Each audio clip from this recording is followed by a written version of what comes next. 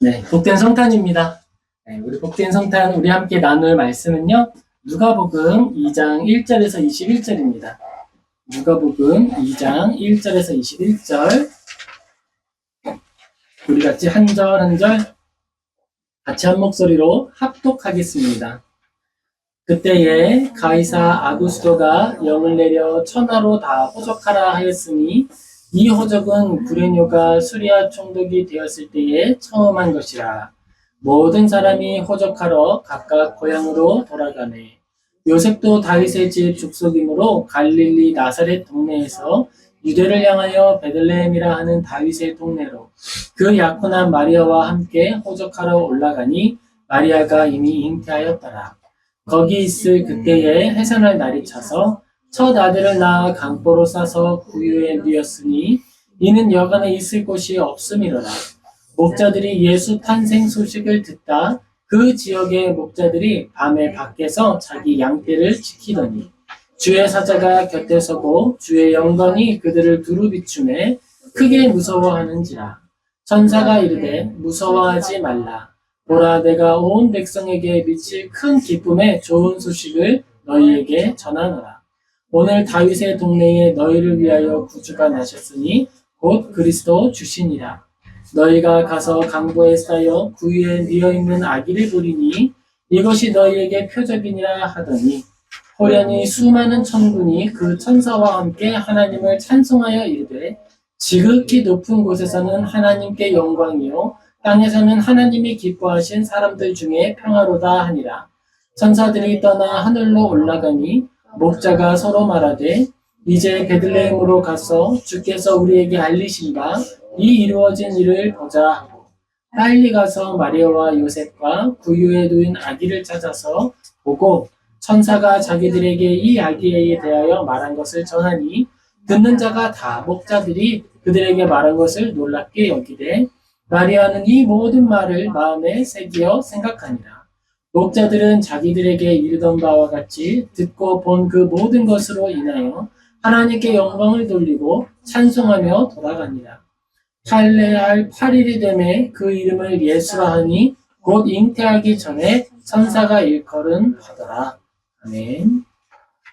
우리의 사랑 예수 그리스도라는 제목으로 누가복음 말씀 같이 보겠습니다. 우리는 하나님의 은혜를 힘입어서 복된 성탄의 아침 이 자리에 모인 거예요. 우리가 즐거워하고 우리가 함께 나누고 또 복된 이야기를 하는 것은요. 하나님께서 그의 아들을 보내셔서 일을 이루셨기 때문입니다. 나의 이름을 기념하고 나의 이름으로 모이라 라고 말씀하셨고 우리가 그 이름을 따라 부름을 따라 모여서 함께 나누게 된 거예요. 조금 전에 읽었던 말씀에도 기록이 되어 있습니다. 예수님이 태어나셔서 말에 밥그릇통, 말 구유에 누이셨지요. 그런데 그 일이 누구의 뜻대로 이루어졌다? 하나님의 뜻대로. 그 일이 일어나기 전에 천사가 이미 알려준 대로 이루어졌다라고 기록하고 있습니다. 우리는 지금 이 자리에 예수님의 이름으로 모여 있는 거예요. 그걸 축하하기 위해 모여 있는 거죠. 성탄의 의미지요. 이곳에 있는 모든 분들의 삶에 하나님의 위로와 평강, 돌봄이 함께하기를 예수님의 이름으로 축복합니다. 그리고 우리가 살아가는 한 해 지켜주신 하나님의 은혜를 마음에 새기고 또 다음 해를 주님 안에서 계획하고 꿈꾸며 나아가는 우리가 되길 소망합니다. 자, 성탄이라는 시간과 그 의미에 대해서 조금씩 생각을 해볼 거예요. 성탄은 뭐죠? 성탄절? 프랑스에서는 성탄을 이야기할 때 주아유 노엘이라고 이야기를 합니다. 그런데 요즘에는 노엘이란 말을 안 하고 세트라고 바꿔서 하기도 해요. 왜일까요? 그 축하하는 세레모니는 즐거워하는데 이야기, 그 안에 담긴 이야기는 원하지 않는다는 거예요. 그런데 우리는 그 팩트보다는 노엘이라는 말의 의미를, 그 가치를 생각해 보려고 하는 거죠. 하나님의 영광이 나타난 날입니다. 그리고 하나님의 말씀을 따라 그 사랑의 효력이 드러나게 된 거예요. 사랑해 라고 말씀하셨던 하나님이 사랑의 증거를 보여주신 날, 바로 그것입니다. 우리의 주인이신 예수님을 오늘 이 시간 생각해 보기를 원합니다. 그리고 그 은혜를 따라서 깊이를 헤아려 보고 하나님의 그 사랑, 그 넓이를 헤아리는, 누리는 우리 모두가 되기를 예수님 이름으로 다시 한번 축복합니다. 네. 우리가 창세기를 통해 확인하는 선명한 진리가 있어요. 창세기가 이야기하는 것. 창세기는 성경에 처음에 등장하는 책입니다. 성경은 66권의 책으로 이루어진 것이죠. 그 첫 번째 책이 창세기예요. 창세기를 통해 우리가 확인하는 것은요, 모든 것들은 하나님의 손에 의해서 지어졌다라는 거예요. 이건 무엇을 의미할까요? 어떤 이들에게는 그래, 우리가 지어졌구나, 거기까지일 거예요. 그런데 그걸 묵상하고 적용하면 어디까지 나아갈 수 있느냐 하면, 모든 사람에게는 하늘로부터 부여된 정당한 권리가 존재한다. 모든 사람은 하나님의 형상으로서 존귀와 영광을 받을 만하다. 그들은 존귀의 대함을 여김을 받아야 한다라고 하는 자리까지 나아가는 거예요. 천부인권이라고 이야기를 합니다. 하나님이 우리를 지으셨다라고 하는 이 사실로부터 우리는 또 무엇을 알 수 있습니까? 우리 주변을 둘러싸고 있는 모든 자연 피조 세계, 그것들을 또한 우리는 사용하지만 돌보아야 한다라고 이야기하는 거예요. 하나님은 우리를 통치하십니다. 그런데 그 통치 방식은 우리가 지금 생각하는 통치하고는 조금 다른 거예요. 우리는 지금 통치하면 어떤 걸 생각하죠? 소유하고 사유화하고 내 뜻대로, 내 원하는 대로 나의 기분을 위하여 또는 나의 필요를 위하여 소모하는 것으로 생각합니다. 그걸 지배라 생각하죠. 통치라 생각합니다. 그런데 하나님의 통치는 달라요. 하나님의 통치는 돌봄이에요. 마치 농부가 포도나무를 돌보는 것처럼 돌보는 것입니다. 그게 하나님의 통치고 그것이 하나님의 지배 방식이에요. 그 열매, 그 증거, 그것이 바로 예수 그리스도였습니다. 예수님은 이 땅 가운데 왕으로 오셨는데 왕이 되셔서 하신 일은 모든 것을 지배하고 나의 필요를 위해 쓰시는 것이 아니라 그 모든 것들을 당신이 돌보는 자녀들을 위해 내어주시는 것이었어요. 살을 찢고 피를 쏟으셨습니다. 그것이 예수님께서 우리를 통치하시는 통치 원리, 지배 원리였습니다. 다스리는 방식이었습니다. 그걸 우리는 믿고 따르는 거예요. 그걸 우리는 사랑받았다라고 표현하는 겁니다. 하나님의 거룩한 창조, 이 위대한 일은 하나님의 거룩한 성품과 관련되어 있는 거예요. 하나님은 모든 것을 말씀으로 창조하셨지만 자신이 가지고 있는 창조주의 권위를 억압하고 지배하고 제한하는 일에 쓰기를 원하지 않으셨습니다. 어디까지 제한하지 않으셨을까요? 심지어 하나님께 범죄하여 그를 떠나기까지 할 수 있도록 모든 것을 내어주셨어요. 떠나갔지요. 실제로 떠나갔습니다. 그리고 떠나간 자들을 다시 한번 찾아가셔서 다시 한번 만나주시고 다시 부르셔서 그들을 위하여 죽으셨습니다. 하나님 안에는 온전한 공의가 있고 온전한 정의로움이 있습니다. 하나님은 불법과 함께할 수 없으십니다. 그런데 죄인된 우리, 하나님을 떠나간 우리를 사랑하셨습니다. 그래서 어떻게 하셨죠? 내가 좋아하니까 불법을 묻어두자라고 말하지 않으셨어요. 내가 사랑하니까 너희들을 대신하여 죽을게. 나의 생명을 너희에게 내어준다. 그 첫 모임은, 그 첫 모델은 가죽옷을 지어 입히는 것으로 보여주셨고, 그 완성은 예수께서 당신의 몸과 살과 피를 다 흘리셔서 십자가 위에서 온전한 의복이 되어 내어주심으로 우리의 죄악을 씻겨주시고 우리에게 의복을 입혀주셨습니다. 이처럼 하나님 안에서 모든 통치 방식과 통치를 진행하는 계획과 원리 모든 것들은 거룩하신 하나님의 성품, 선하신 하나님의 성품, 정의로우신 하나님의 성품을 온전히 이루는 방식으로 드러났습니다. 확인되었어요. 우리가 아직 죄인 되었을 때에 하나님은 우리를 사랑하셨고 모든 일을 계획하셨습니다. 예수님은 그 모든 계획 속에 순종하여 이 땅에 오셨고 죽기까지 우리를 사랑하셨습니다. 성령님은 예수 그리스도로 화해한 우리와 함께 하시며 이제는 아보카, 변호사가 되어주셔서 우리와 함께 해주세요. 그래서 우리의 양심이 우리를 고발하고 우리의 죄악이 스스로 드러나 하나님 앞에 떠나기를 종용할 때 성령님이 우리를 붙드셔서 끝까지 견고하게 지켜주십니다. 하나님 안에 살아가게 하시고 다시 새 소망을 얻게 하시고 무엇보다도 회개하여 하나님 앞에 다시 나아갈 수 있도록 은혜의 보좌 앞에 다시 담대히 나아갈 수 있도록 우리를 불러주십니다. 하나님의 모든 약속과 계획과 성취가 하나님의 신실하신 약속과 그 은혜 안에서 선언되고 이루어졌다라는 거예요. 하나님께서 사망의 죄로부터 우리를 구원하셨습니다. 그러면 우리는 이 이야기 앞에서 질문 하나 할 수 있겠죠? 근데 죄에서 우리를 구원하셨는데 우리의 오늘은 너무 어두운 거 아닌가요? 그렇죠? 우리가 나아가는 이 땅은 우리를 나그네라 부릅니다. 우리가 살아가는 이 땅 가운데 우리는 나그네로서 살아가는 거예요.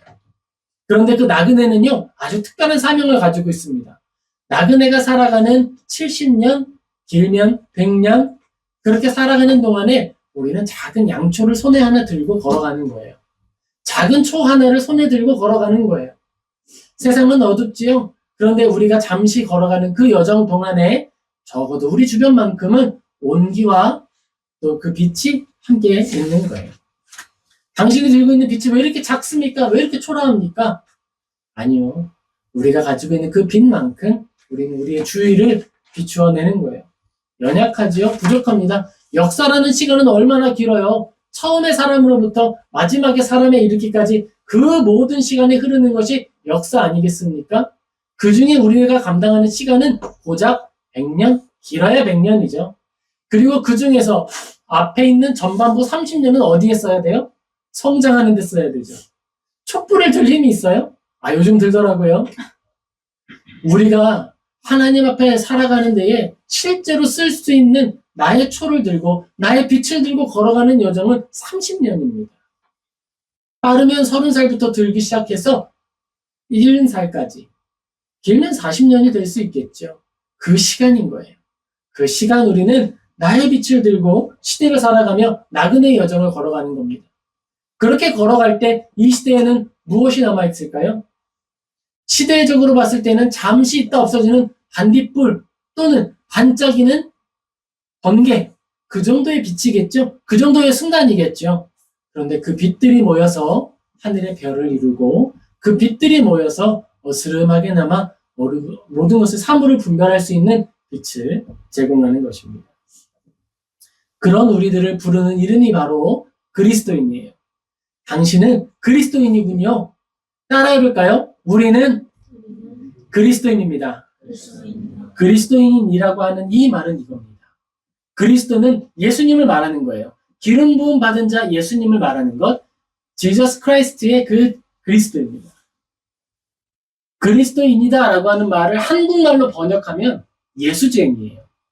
우리는 작은 예수로 살아가게 됐다라는 거예요. 우리가 가지고 있는 삶이 누추하고 부족하지만 시대의 빛으로서 살아가도록 부름받았고 그렇게 살고 있다라는 것입니다. 우리는 이미 그렇게 살고 있어요. 세상은 우리를 그리스도의 편지로 읽고 있고 세상은 우리로부터 그리스도의 향기를 맡습니다. 그게 우리의 삶이고 그게 우리의 사명입니다. 그리스도인의 삶은 아름다운 시민의 삶과 분리되지 않습니다. 하나님께 온전히 헌신한 사람입니다 라고 말하고 하나님을 사랑합니다 라고 말하면서 옆에서 유대인이 친구가 죽어나가고 옆에서 이웃들이 죽어나갈 때 침묵하는 사람은 있을 수 없는 것이죠. 그들은 시대의 빛으로서 시민으로서 시대의 또한 양심으로서 빛을 발하고 살아가고 또 주님이 부르신 때에 그 초에 사명을 다 마친 후에 꺼지는 거예요. 아름답게 불을 끌 줄도 알아야 합니다. 그게 우리의 여정인 거예요. 하나님께서는 우리를 위하여 우리가 그 이름으로 불리게 하시려고 그리스도인이라는 이름을 갖게 하시려고 십자가에 오르셔서 죽으셨습니다. 우리는 값없이 얻었지요. 우리는 값없이 얻었어요. 그리스도인이다라고 하는 그 이름을 값없이 얻었어요. 그런데 하나님 편에서는 어떨까요? 내 아들을 내어주고 허락하신 이름이 되는 거예요. 우리에겐 값없이 부어졌지만 하나님은 그 이름을 우리에게 주시기 위하여서 대초부터 계획하시고 그 사랑하는 아들을 보내셨고 그 아들이 십자가 위에서 죽어 온전히 찢어지시고 쏟아내심으로 허락할 수 있었던 이름이 바로 그리스도인이라고 하는 이름입니다. 하나님은 그 모든 것들을 거저주시고 그것에 대하여 생색내지 않으세요. 그리고 사랑한다 말씀하십니다. 여러분, 우리가 살고 있는 이 지구에 대해서 이제는 과학이 많이 발달해서 다 잘 알고 있죠? 우리가 살고 있는 이 지구, 어떤 정밀함을 가지고 있을까요? 이 지구에서 바다에 그리고 모든 생물들이 살고 있는 그 자연의 정화 사이클은요, 아무도 흉내낼 수가 없어요. 어떻게 그렇게 지속 가능한 자연을 만들었는지, 그게 어떻게 유지되고 조율되는지 다 알 수 없습니다. 제 취미가요, 한국에 있을 때 물고기를 기르는 거였어요. 물론 물고기가 행복했는지에 대해서는 자신할 수 없어요. 그런데 전 좋아했어요. 근데 물고기를 기를 때 가장 중요한 건 여과였습니다. 물고기를 기를 때 가장 중요한 건 물이 썩지 않도록 보존하는 것이죠. 그런데 그 사이클을 만들기 위해선 많은 노력이 필요하고 많은 장비가 필요한 거예요. 그럼에도 불구하고 물을 갈아주는 일 없이는 생물이 살 수 없어요. 항상 새 것이 공급되어야 하고 옛 것은 덜어내야 합니다. 그런데 이 지구는 어떻죠? 그 모든 것들을, 그 정밀함을 누군가가 감당하는 거예요. 우주의 정밀함은 어떨까요? 우주는 크죠? 엄청나게 크니까 어떨 것 같아요? 허술하게 지어졌을 것 같지 않았나요? 저는 그렇게 생각한 적도 있어요. 아, 참, 저 우주는 크니까, 단위가 크니까 오차도 클 수 있겠고, 정말 단위가 크니까 많은 부분에 있어서 허술할 수 있겠구나. 그런데 우리가 과학을 발견하고 과학을 통해 이 우주를 다시 한번 읽어낼 때 우리는 그 안에 담긴 엄청난 정밀함을 보게 됩니다. 태양과 지구가 있는 이 사이 속에서 지구가 존재할 수 있는 거리는 어느 정도나 될까요? 지구와 태양의 거리에서 이 지구가, 그리고 이 달이 있는 함께하는 이 거리 속에서 함께 온전히 조화를 이루며 살 수 있는 거리는 얼마나 될까요? 그 정밀함은 어느 정도일까요? 여러분 생각해 보세요. 지구가 동그랗잖아요. 지구는 크지 않아요. 태양에 비하면요, 몇만 분의 1 되는 아주 작은 참깨보다도 적은 거예요. 태양과 지구의 거리를 비교하면요, 여기 이 에펠탑에 있는 축구공만한 것이 지구고요. 차로 40분을 달려야 도착할 수 있는 거리에 있는 그곳에 태양이 있는 거예요. 그렇게 멀리 떨어져 있는 지구와 태양의 거리 속에서 지구의 동그라미가 있겠죠? 축구공의 동그라미가 있겠죠? 그 축구공의 가장 볼록한 곳과 꼭지점의 온도 차이를 생각해 보세요. 남극, 아니 우리가 알고 있는 적도와 남극과 북극의 온도를 생각해 보세요. 그 오차가 축구공만한 오차, 40분을 달려야 되는 거리인데 축구공만한 오차, 그 오차에 반지름 많은 오차만 생겨도 지구는 어떻게 되죠? 불타거나 지구는 얼어붙게 되는 거예요. 그 정밀함이 있습니다. 그런데 그 정밀함이 지구와 태양과 달의 관계에만 있는 것이 아니에요. 이 모든 우주 속에서 모든 것들은 하나님의 정밀하심 안에 보호되고 운영되고 있었습니다.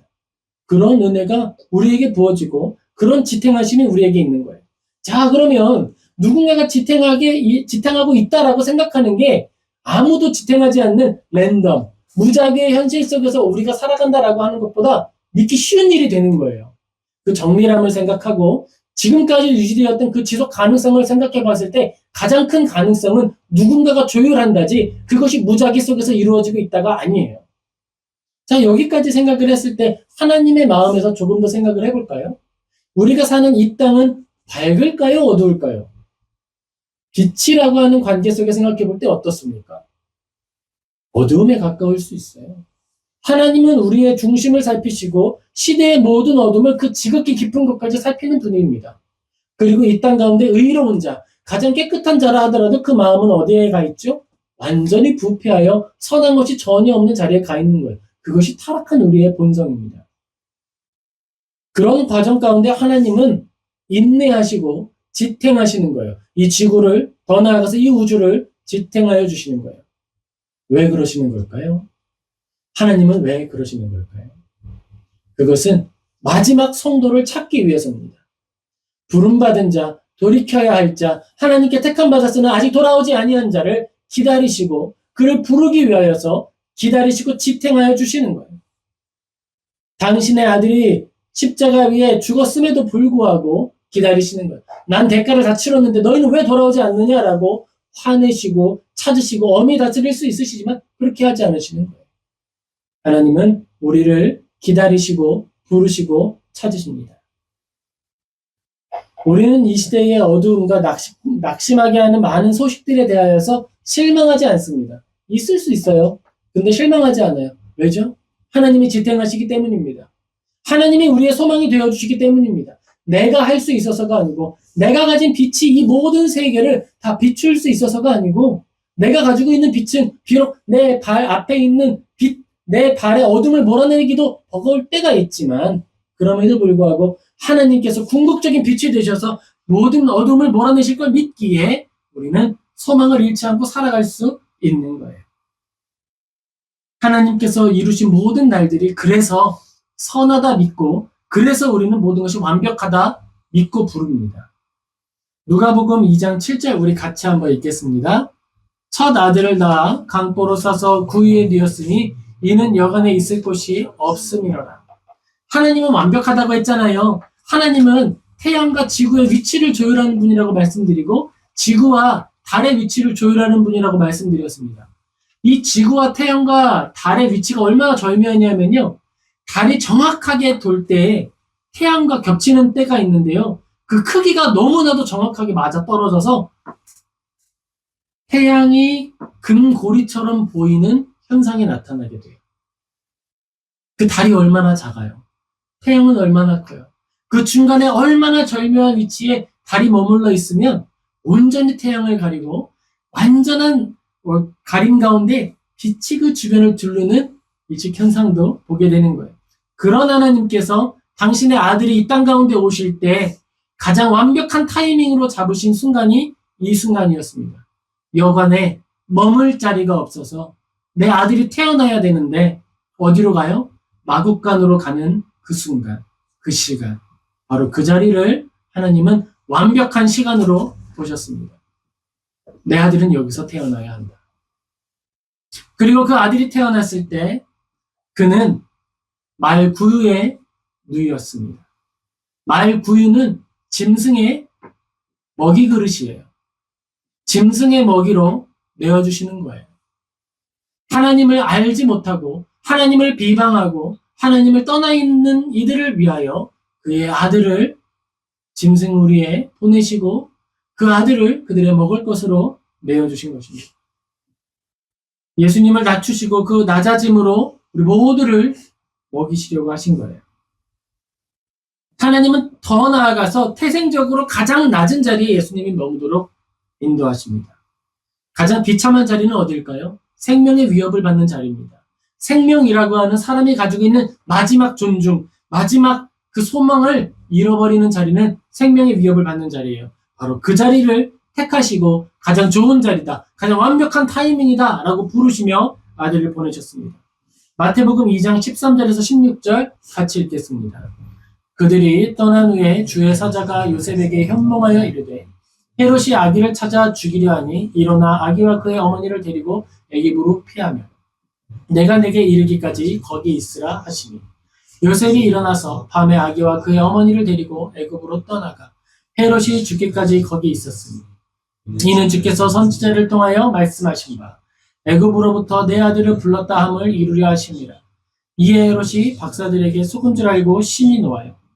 사람을 보내어 베들레헴과 그 모든 지경 안에 있는 산의 아이를 박사들에게 자세히 알아본 그때를 기준하여 2살부터 그 아래로 다 죽이니. 짐승의 먹이 그릇에 누워있는 시간도 길지 않았습니다.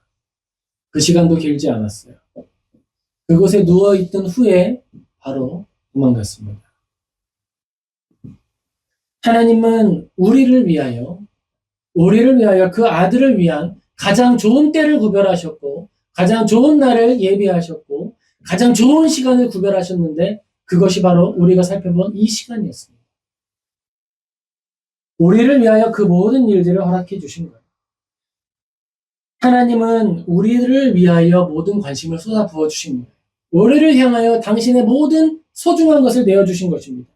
누가복음 4장 1, 2절과 히브리서 4장 15절 같이 읽겠습니다. 예수께서 성령의 충만함을 입어 요단강에서 돌아오사 광야에서 40일 동안 성령에게 이끌리시며 마귀에게 시험을 받으시더라. 이 모든 날에 아무것도 잡수시지 아니하시니 날수가 다함에 줄이신지라. 우리에게 있는 대제사장은 우리의 연약함을 동정하지 못하실 리가 아니요 모든 일에 우리와 똑같이 시험을 받으신 이로되 죄는 없으십니다. 이 땅에 오신 것만으로도 감사하죠. 이 땅에 오신 것만으로도 우리는 찬양하고 하나님께 영광 올릴 것이 충분합니다. 그런데 그런 예수님께서 우리를 위해 행하신 일이 뭐였죠? 우리와 똑같이 시험을 당하신 일이에요. 이것은 내가 너희들의 양식으로 왔다. 내가 너희들에게 내어줄 어린 양으로 왔다. 너희들의 죄를 대신할 속죄 제물로 왔다. 그럼 내가 흠 없는 어린 양임을 확인하라 이거예요. 흠 없는 어린 양임을 보이는 시간이었습니다. 그리고 하늘 하나님께 그 공의를 채우시기 위하여서 자기 자신을 들여 온전한 희생제사를 이루신 거예요. 자기 자신을 찢어서 십자가에 올려 드리심으로 온전한 제사를 단번에 영원히 이루신 것입니다. 하나님의 공의를 충족시키시기 위하여서, 그래서 우리와 하나님을 화목하게 하시기 위하여서, 그리하여 우리가 하나님 앞에 회개하도록 하기 위하여서 자신을 내어주신 것입니다. 그는 이 모든 일을 감당하셔서 우리의 연약함을 동정하는 분이시고 또한 우리의 죄를 능히 속하실 수 있는 분이 되셨습니다. 예수님은 또 그 제자들을 부르셨죠? 제자들을 부를 때 어떤 사람들 부르면 제일 좋을 것 같으세요? 똑똑한 사람들 부르는 게 최고예요, 여러분. 똑똑한 사람들을 부르면요, 그들은 하늘을 알려주면 열을 알아요. 어떤 사람이 대표적일까요? 성경에 등장하는 사람, 바울이죠. 처음엔 괴팍한 것 같았죠? 험한 일도 했습니다. 방해꾼이었어요. 그런데 그가 하나님 앞에 돌아섰더니 그는 누구보다도 유능하고 누구보다도 뛰어나고 누구보다도 온전하게 복음을 증언하고 변론했습니다. 그런데 예수님은 바울이 살아있었어요. 심지어 그 자리에 근처에 주변에 있었습니다. 그런데 부르지 않았어요. 예수님이 찾으신 자들은 예수님이 가장 완전히 조율되고 내가 찾을 가장 온전한 자들을 누구로 택하셨냐 하면 배움이 없는 자, 어부들을 택하셨습니다. 부족한 자들을 택하셨어요. 그리고 그들 중에 한 사람은 어떤 사람이었죠? 은삼십에 예수를 팔 사람, 그를 아시고 부르셨어요. 그것이 가장 완전하고 온전하고 완벽한 하나님의 일을 이루는 도구다라고 아신 거예요. 여러분, 이건 우리에게 은혜입니다. 그래서 저같이 작은 자, 우리같이 연약한 자들이 부름받은 거예요. 우리를 사랑하셔서 또한 우리의 연약함으로 당신의 온전함을 드러내시려고 택하신 것입니다. 마가복음 14장 49절에서 52절 같이 읽겠습니다. 내가 날마다 너희와 함께 성전에 있으면서 가르쳤으되 너희가 나를 잡지 아니하였도다. 그러나 이는 성경을 이루려 함이니라 하시더라. 제자들이 다 예수를 버리고 도망하니라. 한 청년이 벗은 몸에 배 헛이불을 두르고 예수를 따라가다가 무리에게 잡힘에 배 헛이불을 버리고 벗은 몸으로 도망하니라. 아멘. 예수님이 제자를 부르셨어요. 제자를 부르셨는데 많이 못 배웠죠. 그러면 뭐라도 있어야 돼요. 믿음이 없으면 뭐라도 있어야 돼요. 의리라도 있어야 돼요. 의리. 그런데 의리도 없어요. 알지도 없어요. 예수님이 누구신지 알지 못해요. 다 도망갔습니다. 그런데 예수님은요, 이 일을 두고 이상하게 여기지 않으셨어요. 이 일을 두고 꾸중하지 않으셨어요. 한 번도 꾸중하지 않으셨습니다. 십자가 위에서 그 모든 것들 보고 계셨죠. 아이고, 저기 뛰고 있네. 그때 무슨 생각하셨을까요? 저는 이랬었을 것 같아요. 아우, 저러다 저렇게 뛰다가 넘어질 텐데 조심해야지 어쩐데. 예수님은 사랑하는 제자들을 다시 찾아가셨습니다. 언제 가셨죠? 십자가에서 죽으시고 3일 뒤에 부활하신 후에 제자들 찾아가셨어요. 찾아가셔서 뭐 하시죠? 찾아가시면서 이야기하는 거 막대기 하나 탁 꺾어가지고 요놈 참 좋은 회초리, 완벽한 회초리, 하나님께서 준비하신 완벽한 회초리로 가서 혼내줘야겠다. 이렇게 하지 않으셨어요. 가시면서 뭘 준비해 가시죠? 떡을 준비해 가시는 거예요. 이거 우리 애들 배고플 텐데 떡 먹여야지. 떡을 준비해 가시는 거예요. 그리고 떡을 불 위에 굽고 계시는 거예요. 고기 안 잡혔어? 그 반대로 던져봐. 고기 잡게 하시는 거예요. 그리고 그들이 예수님이다 라고 달려오고 베드로는 옷 입고 수영하느라 늦게 오고 엄청난 일이 벌어졌을 때 이야기합니다. 왔어. 이리로 와봐. 먹는 건 나중에 하고 이야기 좀 하자. 이게 아니라 물고기 가져와. 구워 먹자. 물고기를 가져오게 하십니다. 요한복음 21장 9절에서 13절 같이 읽겠습니다. 육지에 올라오니 숯불이 있는데 그 위에 생선이 놓였고 떡도 있더라. 예수께서 이르시되 지금 잡은 생선을 좀 가져오라 하시니 시몬 베드로가 올라가서 그물을 육지에 끌어올리니 가득히 찬 물고기가 153마리라. 이같이 많으나 그물이 찢어지지 아니하였더라. 예수께서 이르시되 와서 조반을 먹으라 하시니 제자들이 주님이신 줄 아는 거로 당신이 누구냐 감히 묻는 자가 없더라. 예수께서 가져서 떡을 가져다가 그들에게 주시고 생선도 그와 같이 하시니라. 옛날에 하나님은요, 사람들에게 만나를 먹이셨잖아요. 그런데 고기는 달라고 할 때까지 안 챙겨주셨어요. 센스가 좀 부족하셨던 것 같아. 만나 먹으면 고기도 같이 주셔야죠. 근데 이제 예수님은요, 너희들 떡 먹을 때 고기도 먹어야지, 그치? 생선도 좀 가져와. 내가 구워줄게. 조반 먹으라. 이거 무슨 뜻이에요? 얘들아, 아침 먹어라. 지금 어디 갔다 오신 거예요? 십자가에 달려오셨고요. 무덤에서 이제 막 일어나서 오신 거예요. 무덤에서 이제 막 일어나셔서 오신 분이 뭐 하시는 거예요? 아침 먹어라 그러시는 거예요. 하나님이 우리를 어떻게 사랑하사? 이처럼 사랑하사. 무덤에서 살아나신 첫날, 바로 그때에 가장 먼저 생각하신 게 뭐예요? 너희 아침은 먹었어? 이거예요. 그 사랑이에요. 그 사랑으로 부르셨어요. 뿐만 아니라 또 뭐였어요? 우리 베드로 속상했지. 베드로 너 나 3번 부인했잖아. 그치? 속상했지? 자, 내가 질문하는 거 대답해봐. 너 나 사랑하니? 너 나 사랑하니? 너 나 사랑하니? 가서 내 양을 먹여. 예수님은 그렇게 무덤에서 일어나신 첫날 그 아침에 제자들을 생각하신 거예요. 우리를 생각하신 거예요. 다른 거에 관심이 없으셨습니다. 그리고 후에 제자 중 하나 예수님을 만나지 못한 믿음 없는 자가 한 명 있었죠. 도마라는 사람이었습니다. 도마가 이야기합니다. 나 예수님 죽으신 거 다 받고 못 믿어. 그래서 나는 예수님의 이 못에 난 손에 난 못자국에 손 넣어보고 옆구리에 창자국 거기에 손 넣어보기 전까지는 안 믿을 거야. 그러더니 그때 예수님이 오셔서 이야기하십니다. 도마 넣어봐. 괜찮아. 여기야. 넣어봐. 그리고 믿음 없는 자가 되지 말고 믿음 있는 자가 돼. 알았지, 도마야? 예수님의 마음입니다. 요한복음 20장 27절 같이 읽겠습니다. 도마에게 이르시되 내 손가락을 이리 내밀어 내 손을 보고 내 손을 내밀어 내 옆구리에 넣어보라. 그리하여 믿음 없는 자가 되지 말고 믿는 자가 되라. 예수님은 부활하실 때 거룩한 부활의 육체로 바뀌셨어요. 상처도 지우실 수 있겠죠? 그런데 지우길 원하지 않으셨어요. 사랑의 흔적으로, 사랑의 증거로 자신의 짊어질 것으로 새기셨어요. 스티그마라고 부르죠. 그리고 상처가 아플 때 언제 아프죠? 상처가 처음 생겼을 때 아파요. 그리고 또 언제 아파요? 그 상처에 누가 손대면 아파요. 근데 예수님은 손 넣어보라는 거예요. 통증이 없어서가 아니죠. 넣어보라는 거예요. 믿음 없는 자가 되지 말고 믿음 있는 자가 되라라고 이야기해 주셨습니다. 우리가 이런 사랑을 받고 살아가는데요. 우리가 사는 동안에 하나님께 질문 많이 하죠. 여러 가지 질문합니다. 이건 왜 이러셨어요? 이건 왜 이러는 거예요? 그리고 또 어떤 질문이 있죠? 고난 앞에 있을 때. 하나님, 사랑하는 거 맞아요? 하나님, 계신 거 맞아요? 나한테 살아계신다는 증거를 좀 보여주세요. 언제 말하죠? 고난 중에 있을 때 말하죠. 내가 힘들 때 말하죠. 예수님은 손에 못이 찔리시고 창에 찔리신 자리에 손 넣어보게 하시고 그 통증도 또한 참으시고 우리를 부르시는데 우리는 쓸린 자국, 세상에 쓸리고 세상에 긁힌 자국 앞에서 이야기합니다. 피 나잖아요. 피 나는데 하나님 살아계신 거 맞아요? 하나님 사랑하시는 거 맞아요? 그런데 여러분 이 질문이요. 우리만 가졌던 게 아니에요. 우리만 가진 게 아니고요. 믿음의 사람들이 늘 마음속에 한켠에 가지고 있었던 질문이었습니다. 말라기 1장 2, 3절에 이렇게 기록되어 있습니다. 같이 읽겠습니다.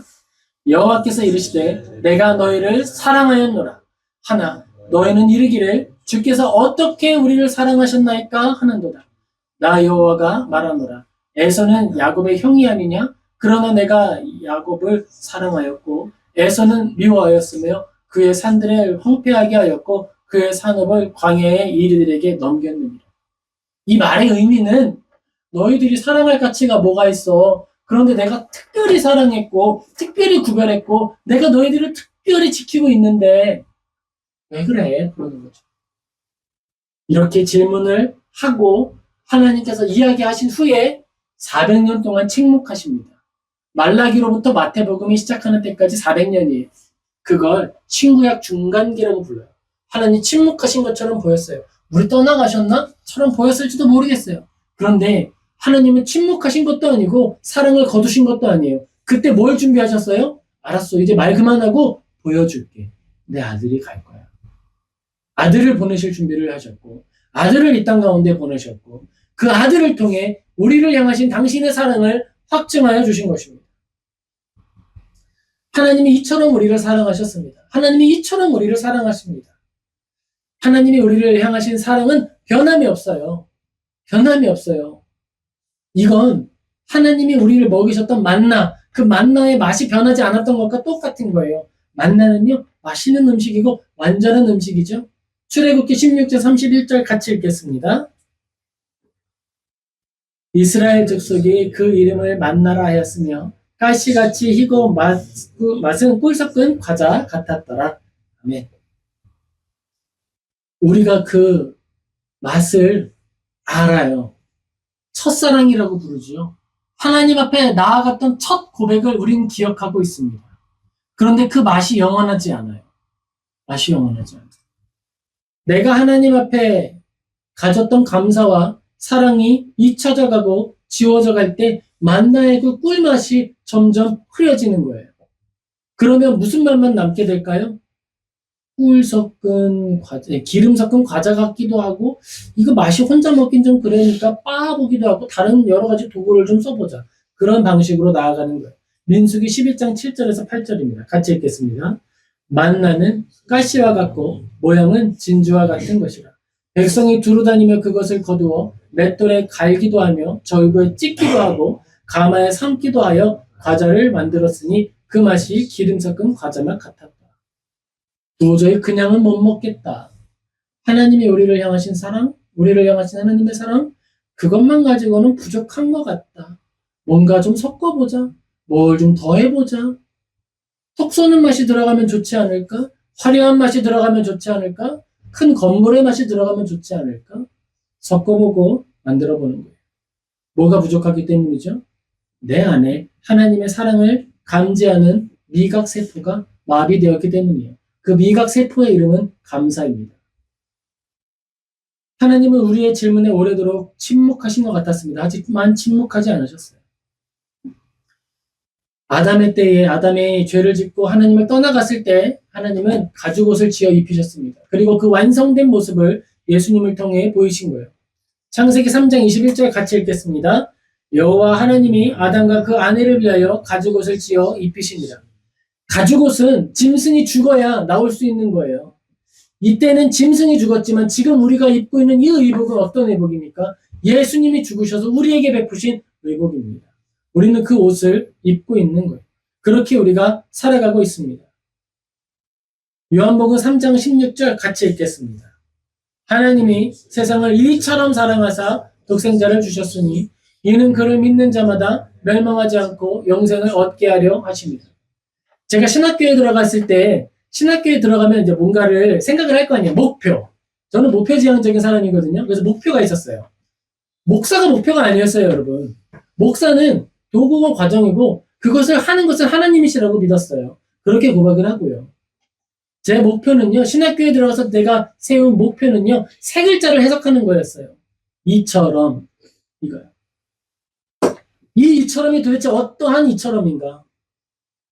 하나님이 우리를 사랑하셨다라고 하는 그 사랑 앞에 붙는 형용사 이처럼 이는 도대체 무엇인가? 그걸 배우려고 신학교에 갔어요. 그런데 참 신기하죠? 저는 세 글자만 공부하고 싶었거든요. 그런데 이 세 글자를 들어 올렸더니 성경 66권이 함께 들어 올려지는 경험을 했습니다. 그게 묶여 있었어요. 끊어낼 수 없는 사랑의 끈으로 66권의 성경이 다 묶여 있더라고요. 세 글자로 압축되어 있더라고요. 그렇게 사랑하신 것이구나 라고 고백하게 됐습니다.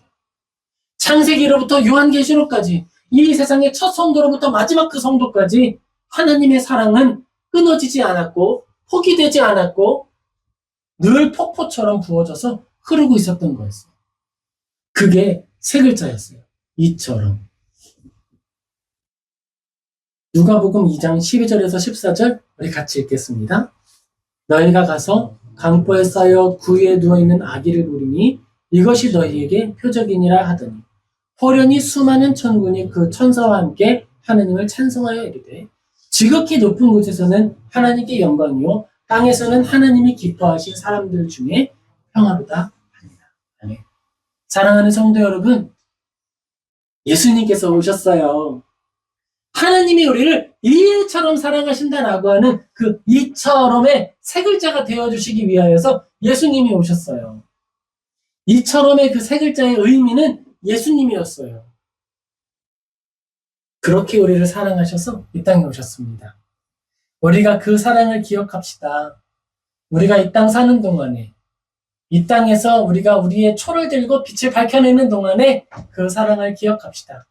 그래서 하나님을 의지하고 기쁨으로 나아가는, 위로함을 얻는 모든 성도인 되시길 예수님의 이름으로 축복합니다. 아멘. 우리 이 시간 잠시 기도하겠습니다.